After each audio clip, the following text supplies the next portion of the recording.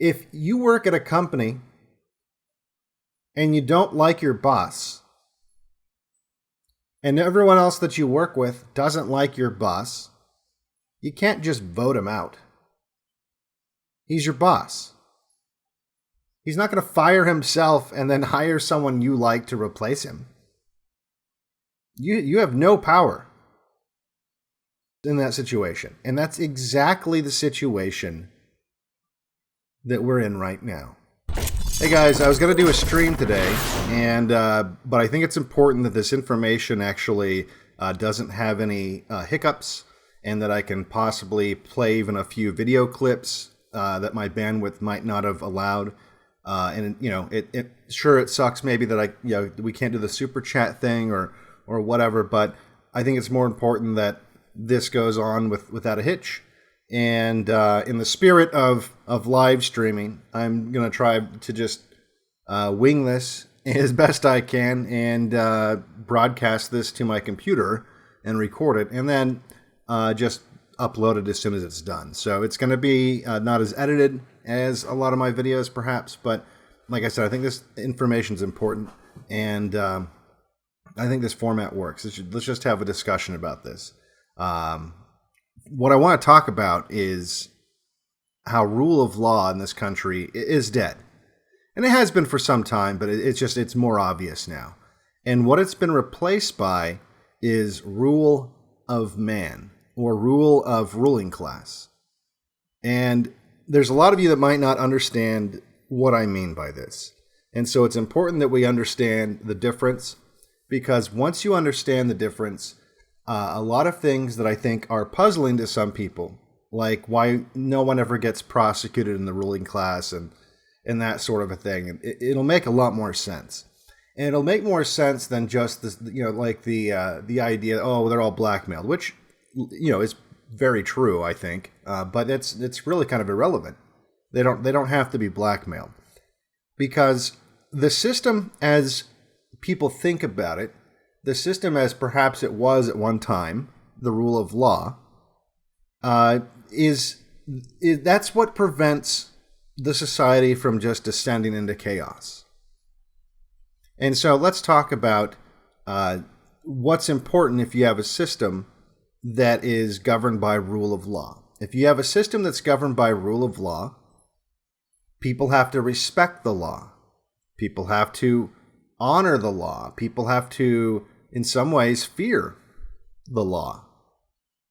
The law has to be preserved, meaning that you have to make sure that future generations also adhere to that same system, that they preserve it for their children, and so on, that it keeps on going in perpetuity, so that you have this system keeping the society together and keeping it from just descending into chaos. And the reason why people decided on a system, or at least in America, that would be a rule of law system instead of a rule of like a monarch, is that the average person would have input in how the country was governed.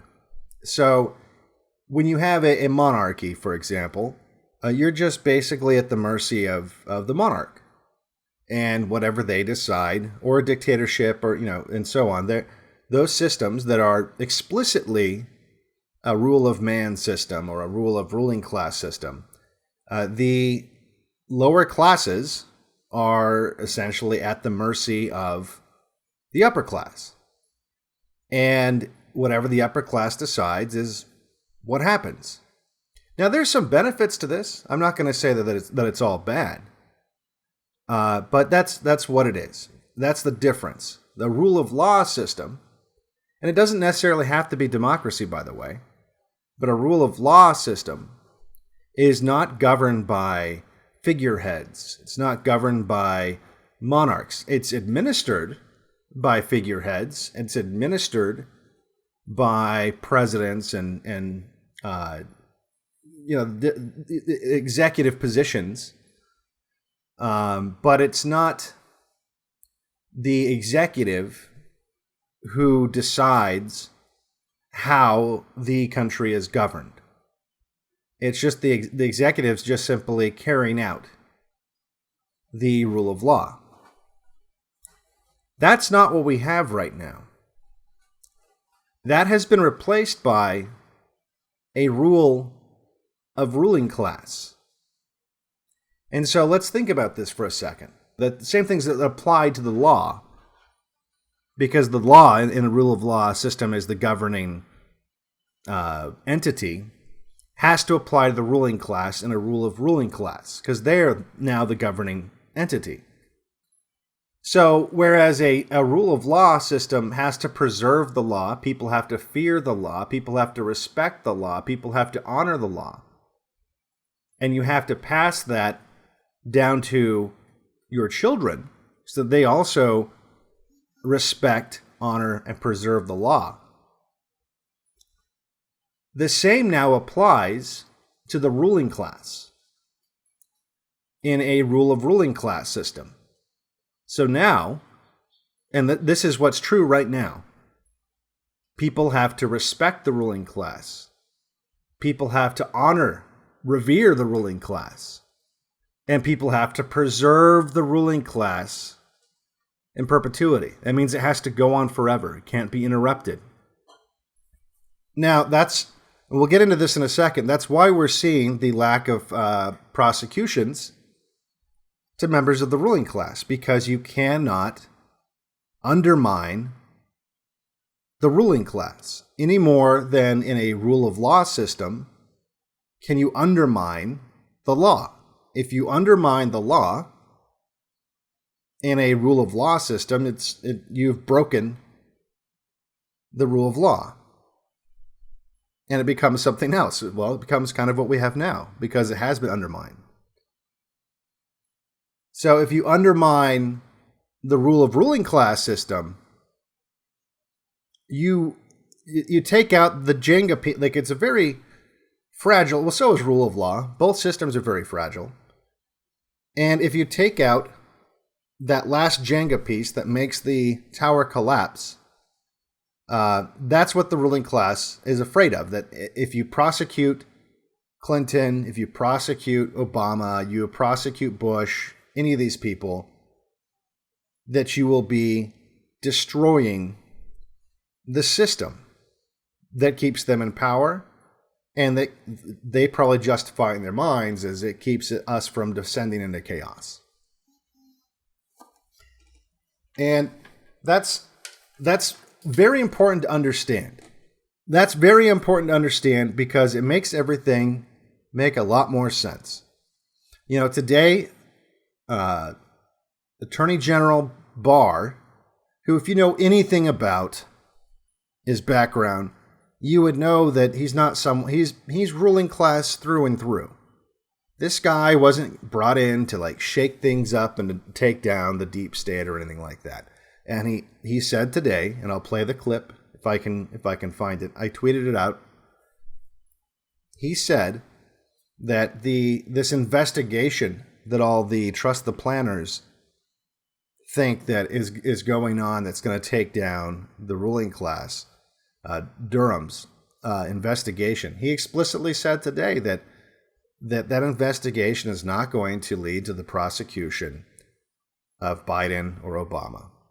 As to President Obama and Vice President Biden, whatever their level of involvement, based on the information I have today, I don't expect Mr. Durham's work will lead to a criminal investigation of either man.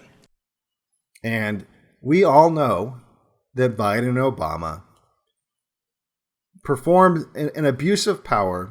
I mean, if we're talking about a rule of law system, which we're not, though, by the way, and this is proof that if in a rule of law system, it wouldn't matter that Obama was the president when he illegally used the federal agencies to spy on Trump's campaign. Okay? That abuse of power, which makes Watergate look like a speeding ticket, that will not lead to any prosecutions because the law doesn't matter. Doesn't matter. See, that's the thing. When you're no longer in the rule of law, the law doesn't matter. To the ruling class, at least. At that point, the law just becomes a weapon that the ruling class can use against the other. Which in this case is, and in almost every case, is us. The laws don't matter. I mean, Lindsey Graham, before Barr even came out, Lindsey Graham came out and was scoffing at the idea that just having Obama testify. And I think it'd be a bad precedent to compel a former president to come before the Congress. That would open up a can of worms. And for a variety of reasons, I don't think that's a good idea. So let's talk about a few things that happen when your rule of law system mutates into a rule of ruling class system. Okay? Now, first of all, with the things we just discussed, the ruling class has to be treated like the law. And it can't be undermined, it can't be questioned. But there's another important thing, a very important difference. In a rule of law system, if you don't like the law, there are legal means to change the law. In a rule of ruling class system, if you don't like the ruling class, there is no means of changing the ruling class. Because there's no law. You see what I'm saying? There's no, even if there might be a means in terms of, we have elections or whatever, but as anyone that's paying attention knows that doesn't change anything. When Trump got elected, he didn't lock up Clinton. When Obama got elected, he didn't lock up Bush. No one that's been elected since JFK has locked up the people responsible for that, including Trump. Because of this, and all for the same reason. Even if they're legitimately wanting different things and there is a legitimate struggle between a left and a right faction, it doesn't matter. They're part of the same machine. And they can't dismantle the other side without destroying their side. Because it's like saying you could demolish half of a building. Well, if you live in the other half of the building, you don't want to demolish the other half, because there's a good chance your side will fall down too.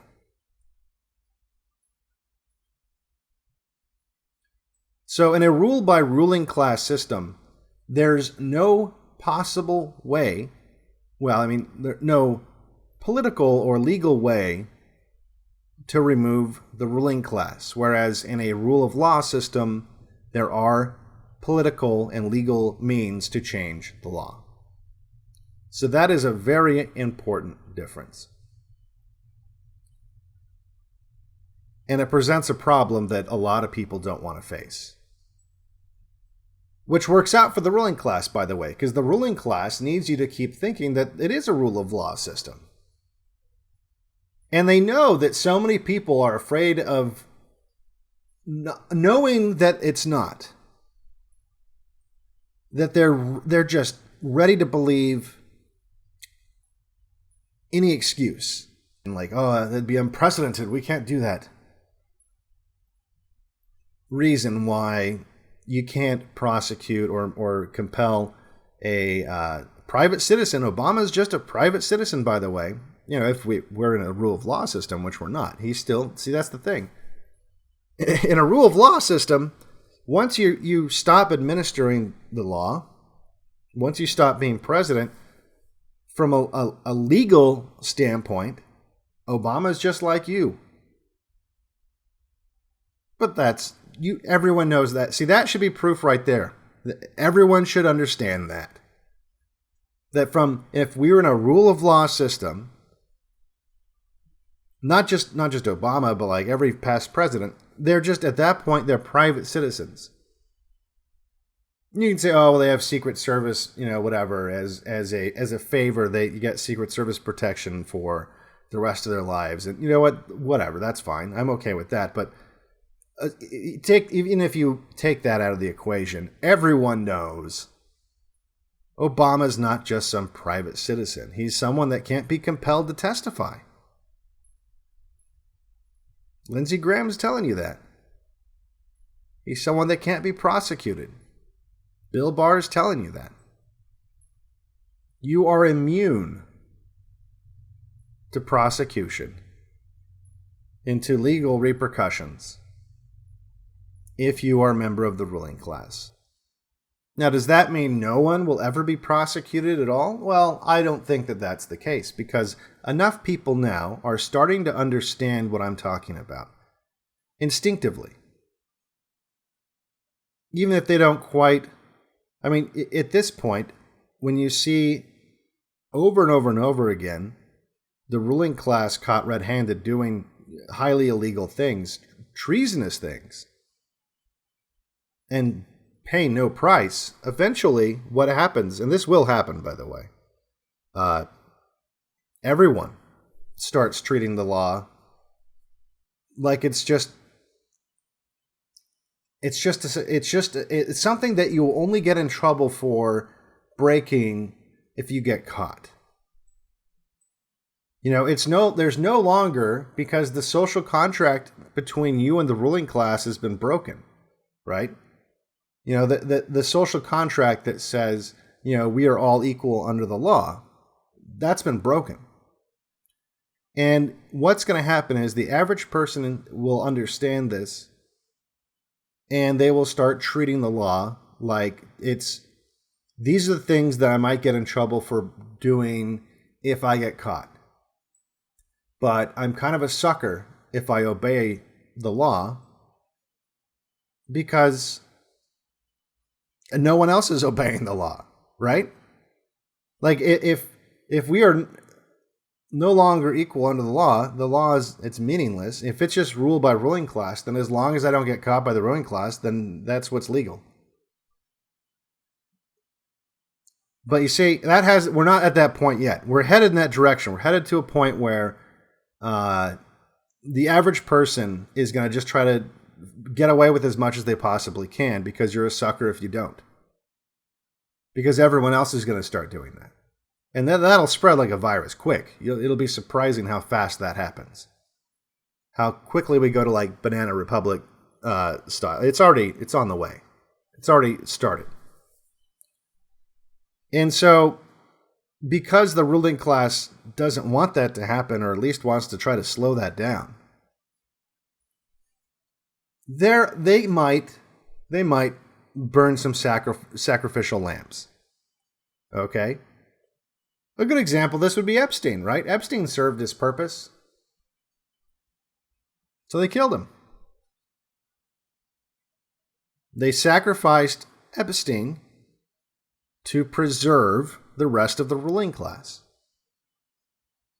So they're willing to do that. They will burn someone if it preserves the rest of them. See, burning Obama, burning Hillary, that's not going to preserve the rest of them. How would it? In fact, it might endanger the rest of them. Imagine the shit that Obama and Hillary know. Or even like, some of these ex-heads of intelligence agencies, like Brennan. Imagine what he knows. Now, what about people like McCabe? I don't know. I feel like that's about as high as it would ever go. McCabe's a possibility. And it might even be a situation where they tell, like, look, McCabe, people are out for blood. We need to give them someone. Let us put you in jail for 5 years. In the meantime, we'll make sure your family is well taken care of, and when you come out in 5 years, you'll get a job on the board of, something.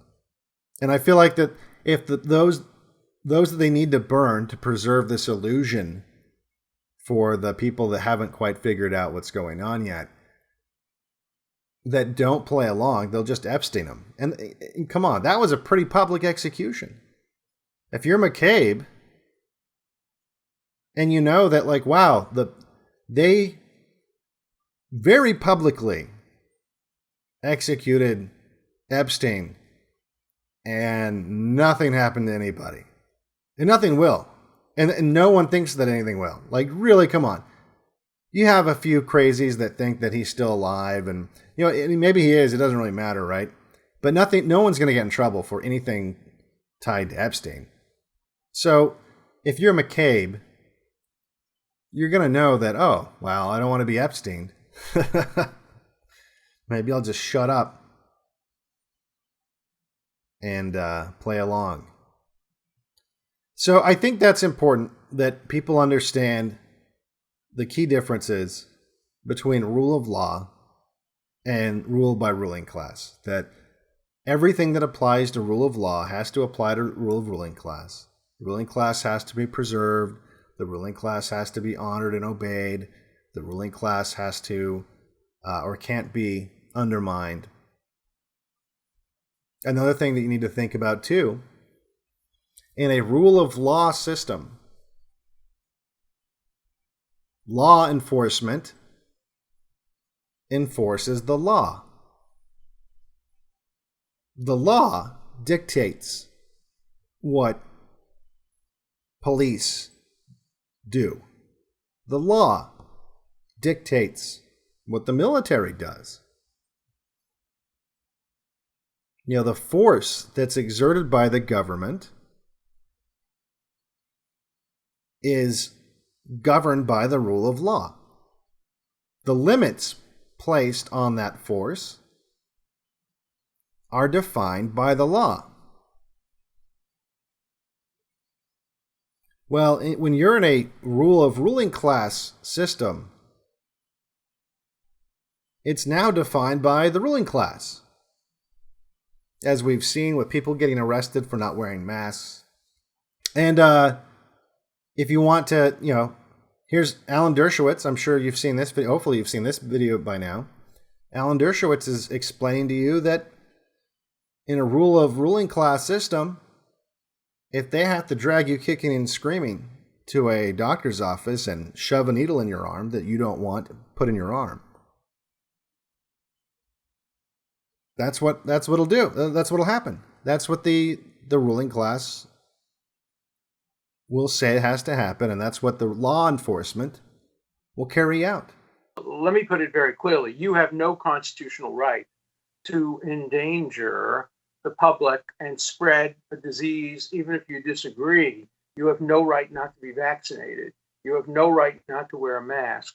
You have no right to open up your business. Wait, can I stop you? No right not to be vaccinated? Meaning if they decide you have to be vaccinated, we have to be vaccinated? Absolutely. And if you refuse to be vaccinated, the state has the power to literally take you to a doctor's office and plunge a needle into your arm. There might be a few sheriffs out there that'll ignore this, but it doesn't really matter. I mean, we're talking like on a national level, what we're going to see is law enforcement enforcing illegal orders all the time, because they're not limited by the law. They're not governed by the law. They're limited and governed by the ruling class. A ruling class that cannot be replaced. I mean, think about it. If you work at a company and you don't like your boss, and everyone else that you work with doesn't like your boss, you can't just vote him out. He's your boss. He's not gonna fire himself and then hire someone you like to replace him. Why would he? Now, he has a boss, and his boss might replace him, but You have no power in that situation. And that's exactly the situation that we're in right now. You have no ability to change the ruling class any more than you have any ability to switch out your boss and get a boss that you like.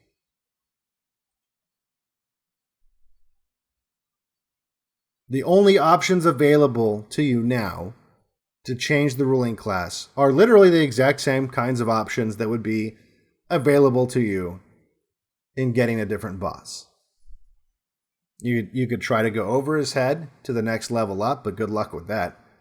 You're going to have a meeting with the with the bankers. They're going to pencil you in. You're going to go brunch with a Rothschild. No. So that's not possible. And then there's other options that we can't discuss on YouTube. That's the situation, guys. We are in a system that is not as advertised. Now, I tweeted out yesterday, or I think last night, something along the lines of, if the average person knew what you know now, would there be a revolution tomorrow?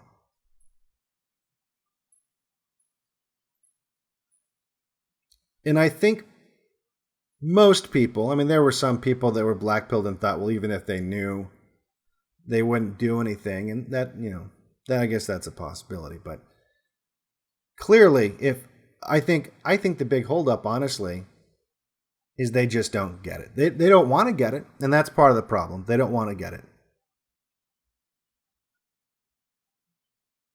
And it's almost impossible to teach an old dog new tricks. So there's going to be people that'll just never, ever get it. But I think everyone realizes, if everyone knew what you know now, we'd be living in a different world.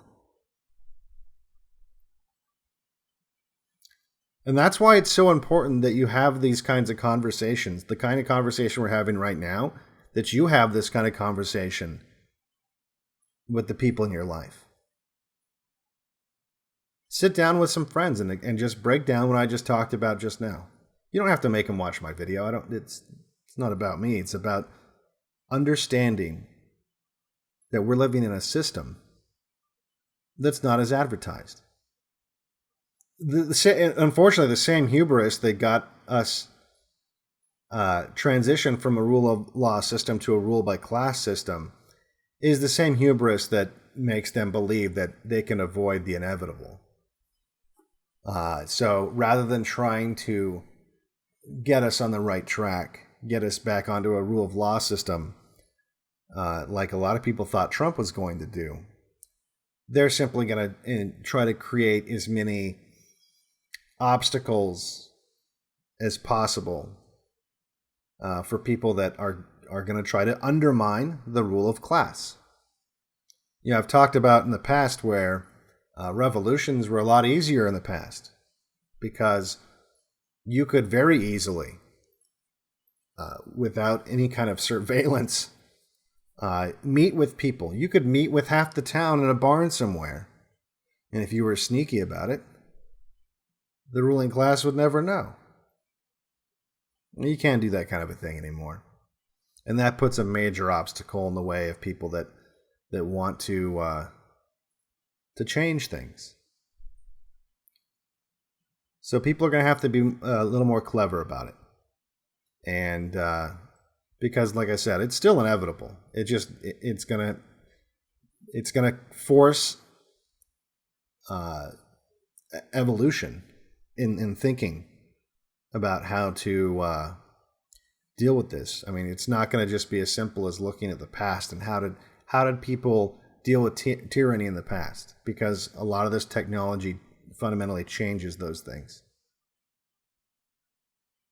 And it's going to be up to us to try to figure out this new revolutionary technology that is able to combat the technology of tyranny.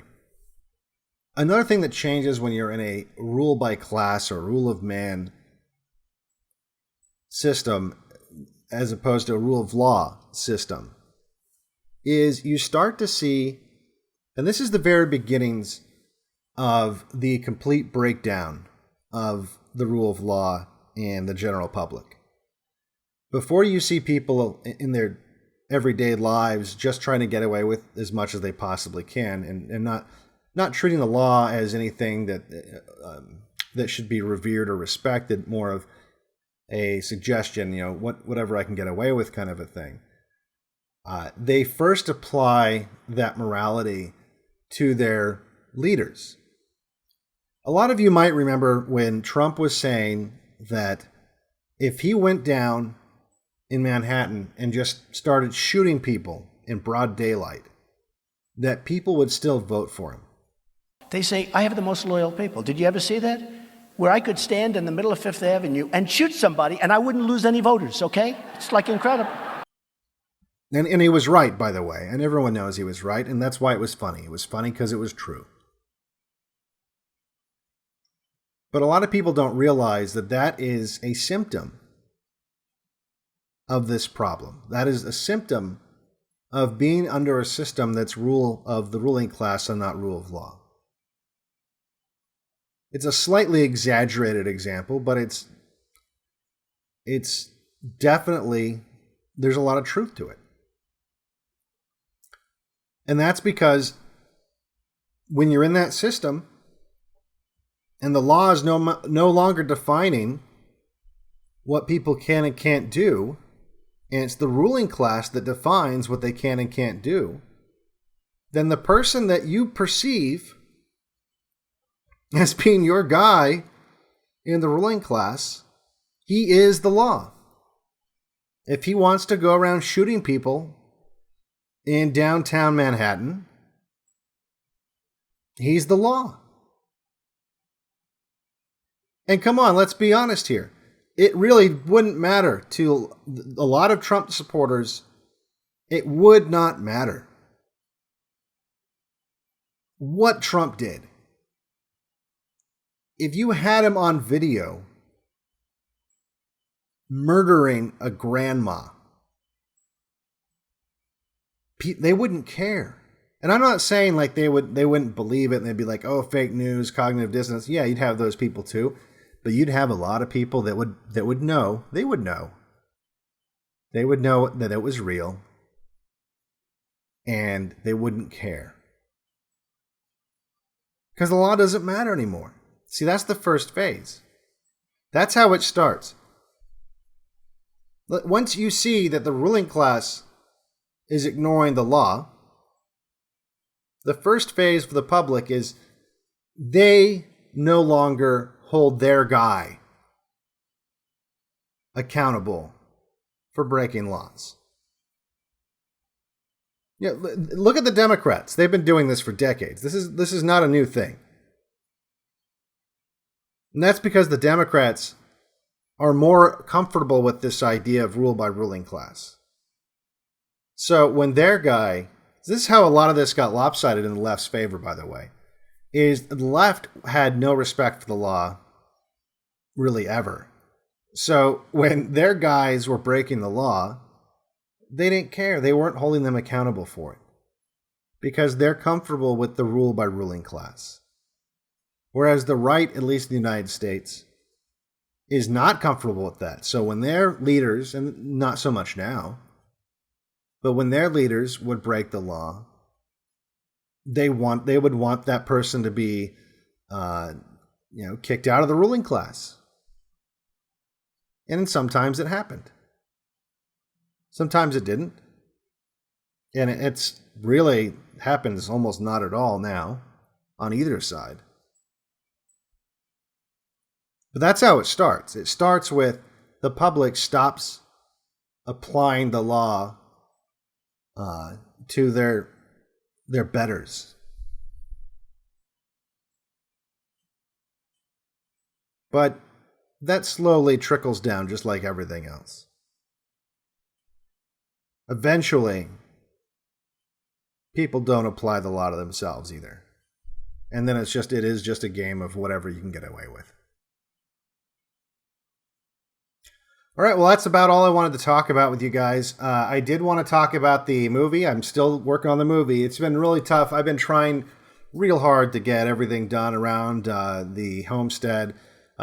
But, I'm by myself, so a lot of the stuff's really difficult to do by yourself, and especially just with the specific problems that I've had, and just it's been rough. So it's been hard for me to maintain every communication with everybody that wants to be involved and everything. It's just it's tough.